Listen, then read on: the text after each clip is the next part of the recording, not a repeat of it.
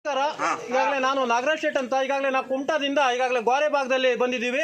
ಗೋರೆ ಭಾಗದಲ್ಲಿ ನಮ್ದು ಒಂದು ತಂಡ ಈಗಾಗಲೇ ಗೋರೆ ದೇವಸ್ಥಾನದಲ್ಲಿ ಉಪಸ್ಥಿತರಿದ್ದಾರೆ. ಮತ್ತು ಈಗಾಗಲೇ ಈಗ ಈಜುವಂತ ಕಾರ್ಯವನ್ನು ಕೂಡ ಮಾಡಿದ್ದಾರೆ.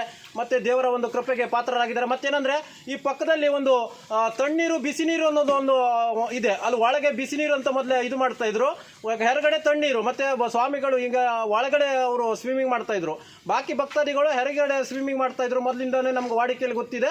ಮತ್ತೇನು ವಿಶೇಷ ಏನಂದ್ರೆ ಮುಂದಿನ ಈಗ ನಾವು ಗೋರೆ ಈ ಸ್ನಾನ ಮಾಡಿಬಿಟ್ಟು ದೇವಸ್ಥಾನಕ್ಕೆ ದೇವರ ದರ್ಶನವನ್ನು ನಾವು ಪಡೆಯಲು ಹೋಗ್ತಾ ಇದ್ದೀವಿ. ಈಗಾಗಲೇ ನಮ್ಮ ಒಂದು ತಂಡ 8 ಜನ ಒಂದು ಅವರು ಗಣೇಶ್ ಭಟ್ ಅವರ ಸಾರಥ್ಯದಲ್ಲಿ ನಾವು 8 ಜನ ಈಗಾಗಲೇ ಬಂದಿದ್ದೀವಿ. ಈಗಾಗಲೇ ನಾವು ಪೂಜೆ ಪುರಸ್ಕಾರವನ್ನು ಮುಗಿಸಿ ಈಗಾಗಲೇ ನಾವು ಮಾಡ್ತಾ ಇದ್ದೀವಿ. ಮತ್ತೆ ನಾವು ನಮ್ಮ ಈಗ ದೇವರು ಏನು ಗೋರೆ ದೇವರು ಏನಿದ್ದಾರೆ ಅವ್ರದ್ದು ಎಲ್ಲರದು ಇಲ್ಲಿ ಏನು ಕಷ್ಟ ಸುಖಗಳು ಅವ್ರ ವಿದ್ಯಾಭ್ಯಾಸದಲ್ಲಿ ಉದ್ಯೋಗದಲ್ಲಿ ಒಳ್ಳೆ ರೀತಿ ನಡೆಸ್ಕೊಡ್ಬೇಕು, ಆ ಒಂದು ನಿಟ್ಟಿನಲ್ಲಿ ಈಗಾಗಲೇ ನಾವು ಪ್ರವಾಸವನ್ನು ಕೈಗೊಂಡಿದ್ದೀವಿ. ಮತ್ತೇನಂದ್ರೆ ದೇವರ ಕೃಪೆಗೆ ಒಂದು ಆಗ್ತಾ ಇದ್ದೀವಿ.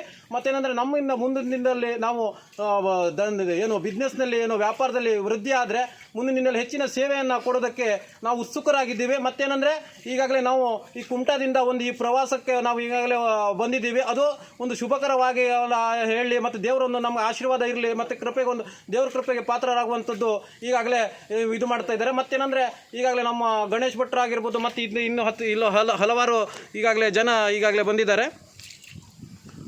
ನೀವೇನು ಹೇಳಿಕೆ ಹೇಳುವುದಿದೆಯಾ? ಇದು ಶ್ರೀಧರ ಸ್ವಾಮಿ ಬಿಂದಂತ ಸ್ಥಳ, ಗೋರೆ ಕ್ಷೇತ್ರ.